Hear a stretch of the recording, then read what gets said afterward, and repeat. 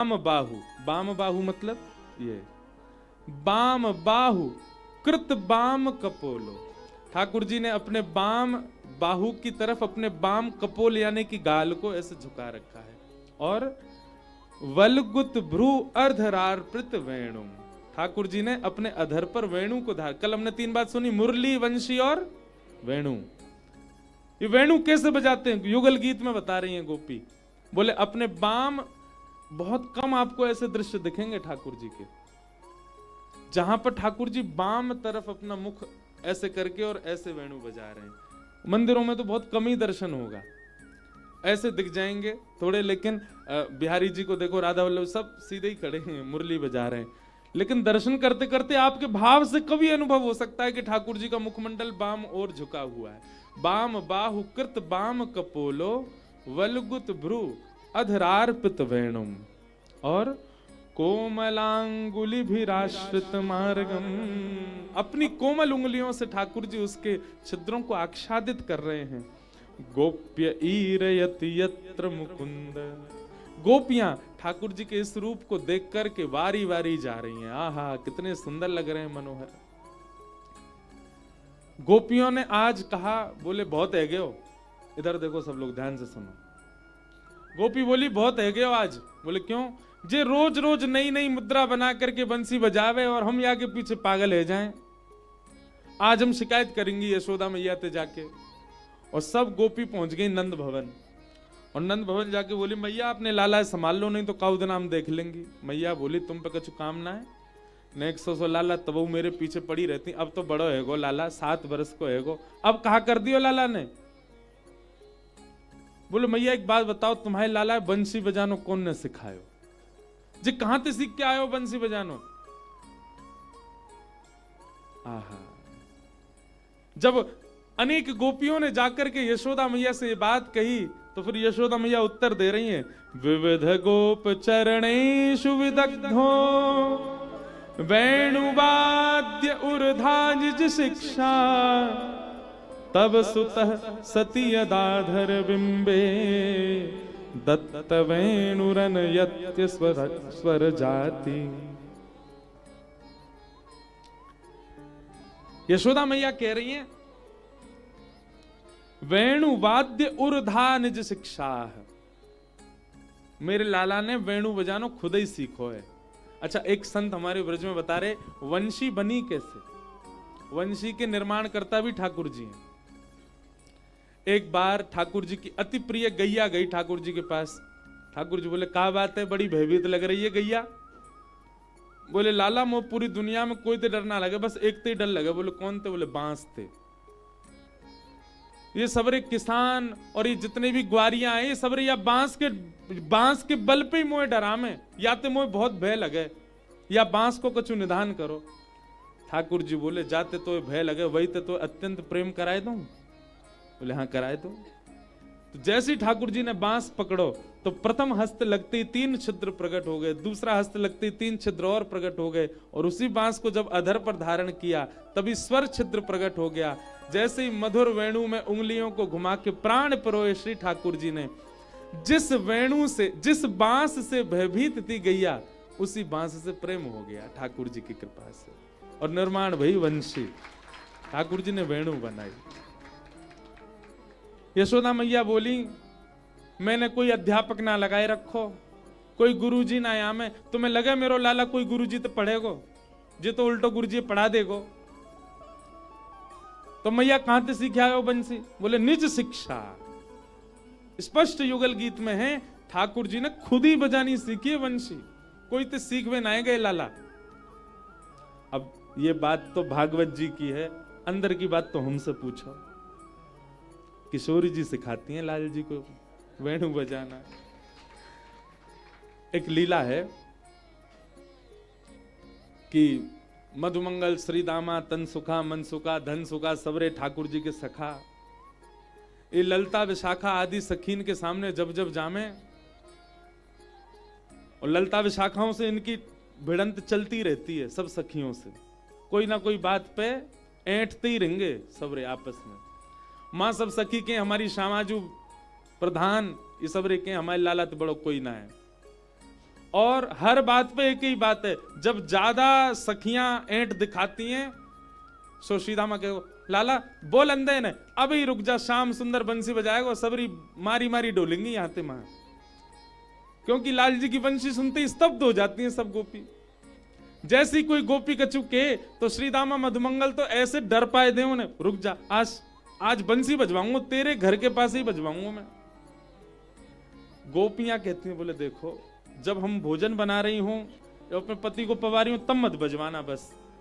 बोले वही समय बजवाएंगे अब तो, और बोल हम तो ऐसे।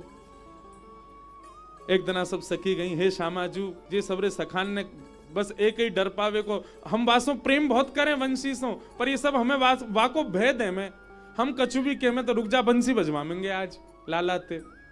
और वह वंशी के कारण हमारे सबरे काम उल्टे हो जाएं।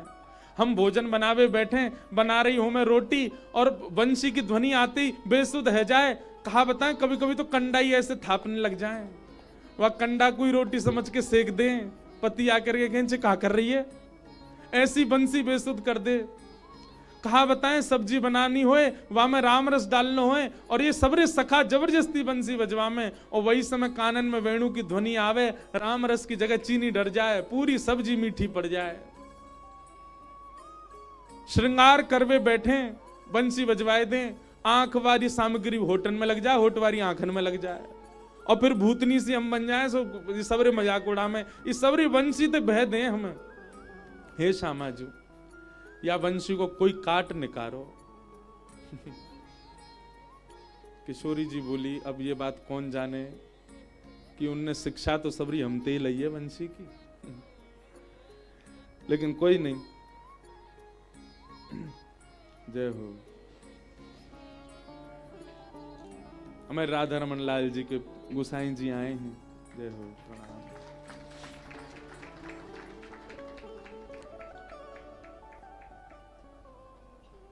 ऊपर विराज जाओ महाराज जी, वहां बैठ जाओ। अरे ना है राधा रमन जी डंडा मार देंगे हमें, बैठो।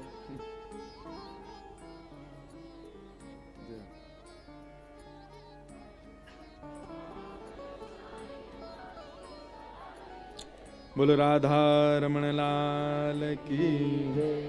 हमारे श्री राधा रमन लाल जी के सेवायत श्री मोनू गोस्वामी जी पधारे हैं, आपसे खूब स्नेह। देखो ये राधा रमन जी के सेवक हैं, पर ब्रज की भी खूब सेवा करें, नंगे पाँव ही रहे में, परकम्मा ही लगाते रहे जब देखो, वही के कारण ऐसे हैं छरेरे से। नहीं तो गुसाई तो खा पी के सबरे दुल्लर तिल्लर रह जाएं। लेकिन आपको खूब स्नेह व्रज के प्रति, रज के प्रति, लाल जी के प्रति। ठाकुर जी मिल गए वाक्य बाद भी व्रज से प्रेम कम नहीं है। तो एक दिन सब सखीन ने सब सखानते कही, अरे सुनो तुम बहुत लाला की वंशी की प्रशंसा करते रहो, आज एक काम करें। कहा यमुना पुलिन पर एक प्रतियोगिता है जाए। बोले कहा, वो तुम्हारा लाला वंशी बजाएगो, हमारी श्यामाजू अपनो साज बजाएंगी, दोनों में जाको साज और जाकी ध्वनि मंत्र मुग्ध करवे वारी भाई, वही को राज चलेगो फिर वृंदावन पे। मधुमंगल श्रीधामा बोले ये कोई कहवे वाली बात है, हमारी लाला की बंसी सुनकर के गिरी गिरी डोरो सबरी हैं, यमुना पुलिन पे बजाई दी तो कहीं जमुना जी में भय ही नहीं जाओ, मथुरा जाए करके निकारनी पड़ेंगी सबरी। सब सखी बोली वो तो देखेंगे समय बतावे को। और महाराज एक प्रतियोगिता भाई, सब सखा ठाकुर जी के संग आए, सब सखी लाडली जी के संग आई। ठाकुर जी तो वंशी लेकर के बैठे हैं, मन ही मन श्री जी से कह रहे हैं आप ही हमारी गुरु हो, आपकी कृपा से, लेकिन शांति रख लो भैया, कल से खूब उधम हल्ला मचाइयो, हम कोई परेशान नहीं करेंगे। और ने का देर बाद ही मचान लगी हूं। तो ठाकुर जी ने वंशी बजाई, जैसे ही वेणु बजाई तो युगल गीत में वर्णन है ठाकुर जी कैसी वंशी बजाते हैं। सवन सस्तुपधार्य सुरेशा सक्र सर्व परमेष्टि पुरोगा कवय आनत कंधर चित्ता कश्मलम ययुरनिश्चित तत्वा। ठाकुर जी जब वंशी बजाते हैं तो युगल गीत में वर्णन है कि सवनसस तुतु पधार्य सुरेशाह। ठाकुर जी जब राग बजाते हैं ना, तो जैसे सुबह का राग भैरव यदि बजे तो सूर्य प्रकट होता है, रात्रि का राग बिहाग बजे तो चंद्रमा प्रकट होता है, पर ठाकुर जी जब वंशी बजाते हैं तो सूर्य चंद्र एक संग प्रकट हो जाते हैं। यमुना जी के तट पर आज सूर्य चंद्र दोनों हाथ जोड़ के खड़े हैं और दोनों असमंजस में हैं कि ये सवेरे को राग है कि शाम को राग है, सूर्य उदय करनो है कि सूर्य अस्त करनो है, चंद्र उदय करनो है कि चंद्र अस्त करनो है। सूर्य चंद्र असमंजस में आकाश में प्रकट हो गए। ठाकुर जी की वंशी की वेणु जैसे ही और टेर पकड़ती है तो सारी ऋतुएं, 6 ऋतुएं आकाश में प्रकट हो जाती हैं। एक तरफ वर्षा है रही है, एक तरफ तापड़ो पड़ रहा है, एक तरफ शीतल हवा बह रही है, एक तरफ शिशिर है रही है, एक तरफ बर्फ पड़ रही है। चारों ओर 6 ऋतुएं प्रकट हो गई ठाकुर जी की वंशी सुन करके। और इतना ही नहीं, कवय आनत कंधर चित्ताह। आकाश में तभी देखा कि 4 मुख वाले ब्रह्मा जी बैठ करके और कान लगा करके सुन रहे हैं, भैया ये कौन सा राग है, ये कैसी ध्वनि है, ये कैसे स्वर हैं। और इतना ही नहीं, राग रागनियों की अधिष्ठात्री, संगीत की अधिष्ठात्री स्वयं सरस्वती कलम लेकर के बैठी हैं। क्यों? ठाकुर जी के स्वर सुनकर के नए राग को निर्माण कर रही हैं। ऐसे राग ठाकुर जी बजा रहे हैं जो नए नए बन रहे हैं। 33 कोटि देवता मंत्र मुग्ध हो गए हैं, सब अपनो काम धंधो छोड़ करके सब ठाकुर जी की वंशी सुन रहे हैं। और सामने खड़ी भाई सब कृष्ण प्रियसी गोपियां, श्री किशोरी जी की सब सखियां मंत्र मुग्ध अवस्था में भाव आवेश में प्रवेश कर रही हैं। और मधुमंगल श्रीदामा सबरे चढ़ाए रहे हैं, देख ले हमारी लाला की वंशी, देख रहे हो ब्रह्मा दिख रहा हो ऊपर ते, सूर्य चंद्र एक संग प्रकट है। देख 6 ऋतु आ गई, अभी सर्दी लग रही, जाड़ो लग रहा, अब गर्मी पड़ रही है, अब वर्षा पड़ रही है। हमारे लाला की बंसी को प्रताप है। देख सरस्वती कोने में बैठ के राग रागिनी ने लिख रही है। ठाकुर जी ने थोड़ी देर वंशी बजाई, यमुना जी स्तब्ध हो गई है, बहना बंद हो गया यमुना जी का। ब्रज के जितने भी रजकण हैं वे आपस में मानो मूर्तिमंत होकर के नृत्य कर रहे हैं। एक अद्भुत स्थिति होने लगी ब्रज वृंदावन की। ठाकुर जी ने वंशी बजाई और जैसे ही वेणु विश्राम करी, अब सब सखा बोले पहली हार मान लियो, कायकू श्री जी को श्रमित करवाओ, अब यहां से ऊपर तो कछु है ना सके। ललिता विशाखा बोली चुपचाप बैठो रे, अभी श्यामाजू बजाएंगे हमारी। तभी किशोरी जी अपनी वीणा लेकर के आई और महाराज जैसे वीणा धारण की जाती है किशोरी जी ने वैसे ही वीणा धारण की मुद्रा थी। हमारे सामने बैठे श्याम सुंदर अपने आसन पे गिर पड़े, केवल वो रूप देख करके कि वीणा लेकर के बैठी है किशोरी जी। मधुमंगल बोलो लाला अभी तो बजी ला यार, तू पहले गिर रहा है, एक आध स्वर तो निकरन दे, निक लाज बचाए ले हमारी। किशोरी जी ने नेत्र बंद किए और जैसे ही उसके तारों को अपने कोमल उंगलियों से आच्छादित करते हुए दूसरे भुजा को वीणा के मुख्य भाग पर रख करके और जैसे ही अपने हस्त कमल से उसके तारों को झंकृत किया, ऐसी स्वर लहरी प्रकट हुई महाराज।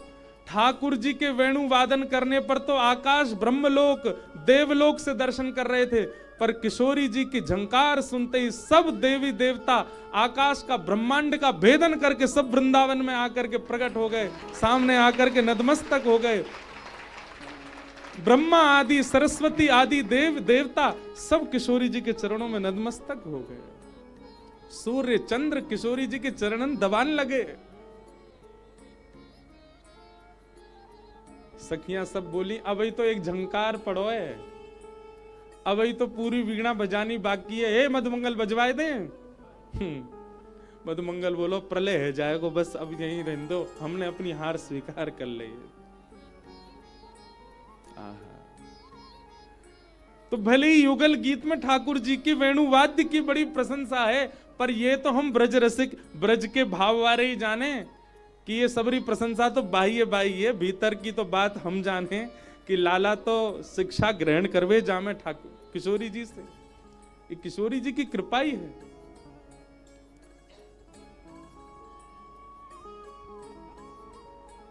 वीणा लेके गावे, किशोरी राधे वीणा लेके गावे, किशोरी राधे वीणा लेके गावे, किशोरी राधे वीणा लेके गावे, किशोरी राधे। श्री सरस माधुरी जी का पद है, बहुत सुंदर भाव। वीणा लेके गावे, किशोरी राधे वीणा लेके गावे, किशोरी राधे वीणा लेके गावे, किशोरी राधे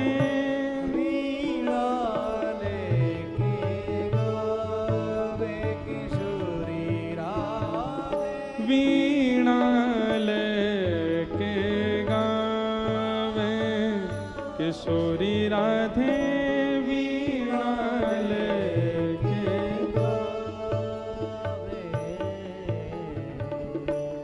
तब तक यही गाते रहो, मैं ढूंढ रहा हूं पद।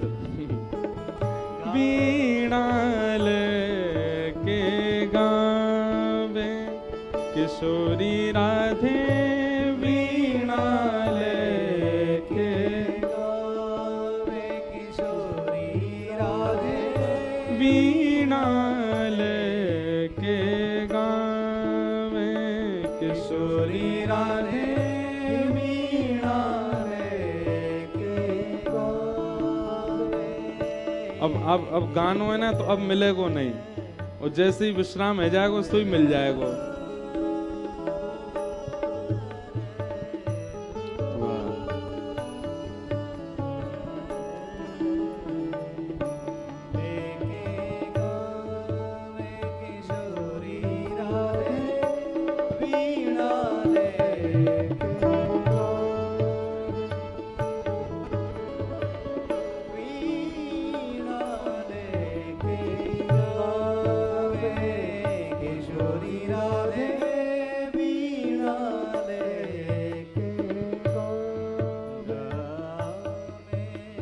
अब भाव ऐसो है कि आप पद में अगली पंक्ति में ठाकुर जी वंशी बजा रहे हैं, तो क्योंकि अभी अभी प्रतियोगिता में श्री जी जीत गई हैं, तो अब पद मिले ही नहीं रहो, ठाकुर जी की वंशी बजेगी ना, किशोरी जी की वीणा ही बजती रहेगी।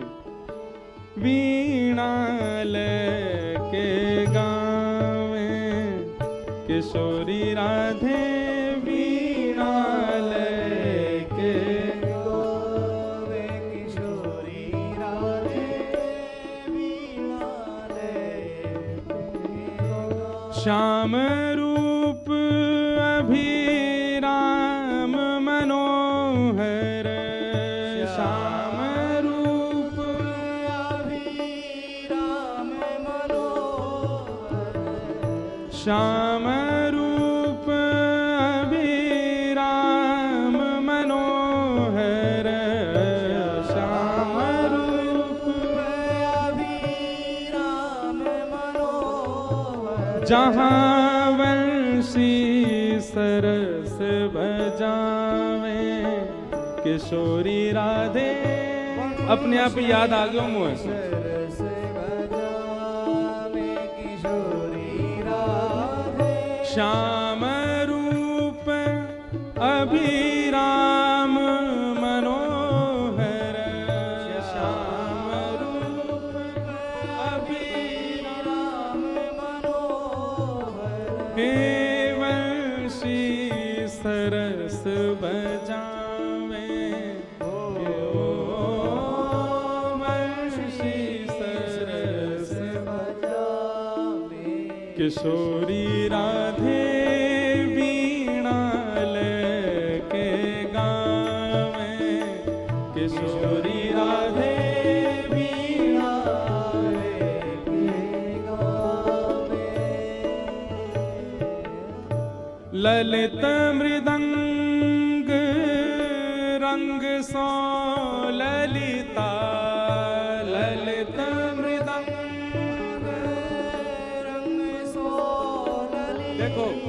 अब ये पद की जो झांकी है ये आपको नेत्रन के भीतर देखनी है। बीच में किशोरी जी बैठी हैं मुख्य कलाकार के रूप में और वीणा बजा रही हैं, और किशोरी जी के स्वर तानन के पीछे पीछे बैठ करके ठाकुर जी वंशी बजा रहे हैं, और एक तरफ श्री ललिता जी बैठ करके मृदंग बजा रही हैं। कैसी सुंदर छवि है। आहा, ललित मृदंग रंग सो ललिता, ललित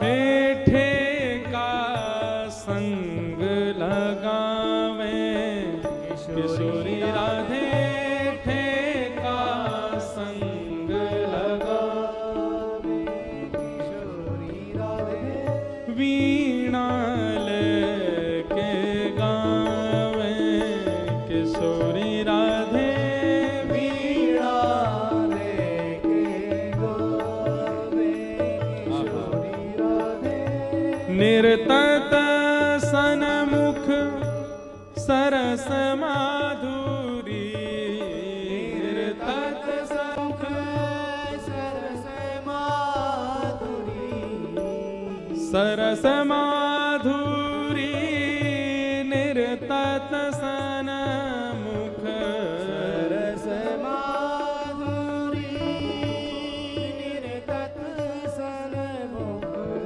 भाव बताए रिझावे किशोरी राधे, भाव बताए रिझावे किशोरी राधे, वीणा लेके गावे किशोरी राधे, वीणा लेके।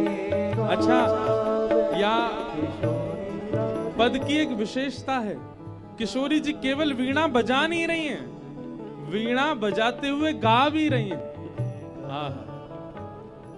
श्री गोविंद दास जी की लीला में एक बात आती है, अष्ट सखाओं में एक सखा श्री गोविंद दास जी एक बार गा रहे थे, और गाते गाते कोई राग गा रहे, कोई अलाप गा रहे, सामने गुसाई श्री विठलनाथ जी बैठ करके सुन रहे हैं, और गाते गाते गुसाई जी अपनो गायन रोक करके और बगल में देखें और कहें, ए लाला ढंग ते गा, ए लाला ने और मीठो गा, ने और स्वर रहेगो ऊंचो गा।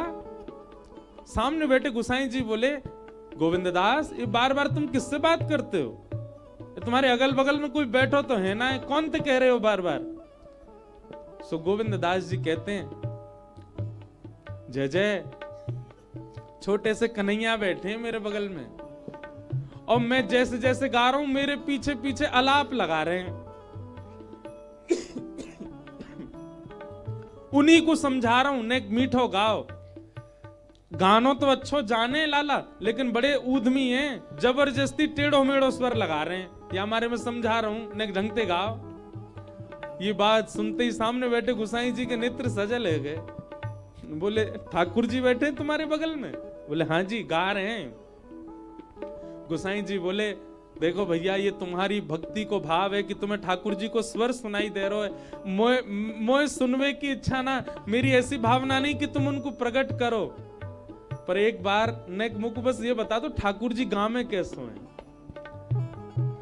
ठाकुर जी को स्वर कैसे, ठाकुर जी की आवाज कैसी है, भारी है, पतरी है, पैनी है, कोमल है, कैसी आवाज है ठाकुर जी की। सामने बैठे गोविंद दास जी के नेत्र सजल है गए। बोले, मैं अब कैसे बताऊं आपको कि मेरे कानन को कितना सुख मिले जब ठाकुर जी गावे। जितने कोमल इनको अंग है, वासे ज्यादा कोमल ठाकुर जी की आवाज है। ठाकुर जी जब बोले ना, एक शब्द निकलते ही ऐसा लगे स्तब्ध है जाएं, और वे बैठ के गा रहे हैं। अब आप सोचो कि उनको स्वर कैसा होएगा। ठाकुर जी बहुत मीठो बोले, बहुत मीठो गावे, उनकी आवाज बड़ी मधुर है। अब आप कह रहे हैं मोटी है, पतरी है, मीठी है, कैसी आवाज है, इनमें तो कोई उपमा ना दे सकूं लाल जी के स्वर को, ऐसा स्वर है ठाकुर जी को। लेकिन गुसाई जी बोले, लेकिन ठाकुर जी भी फीके लगे जब श्री जी गान लगे, जब हमारी श्यामा जी बोले, तो हमारी लाडली जी गावे तो ठाकुर जी भी फीके फीके से लगन लगे। किशोरी जी की स्वर ऐसा है। गुसाई जी तो भावावेश में चले गए, रोने लग गए, बोले जय हो। कैसो गाती होंगी हमारी श्यामा जी, और वो भी अकेली गा नहीं रही हैं।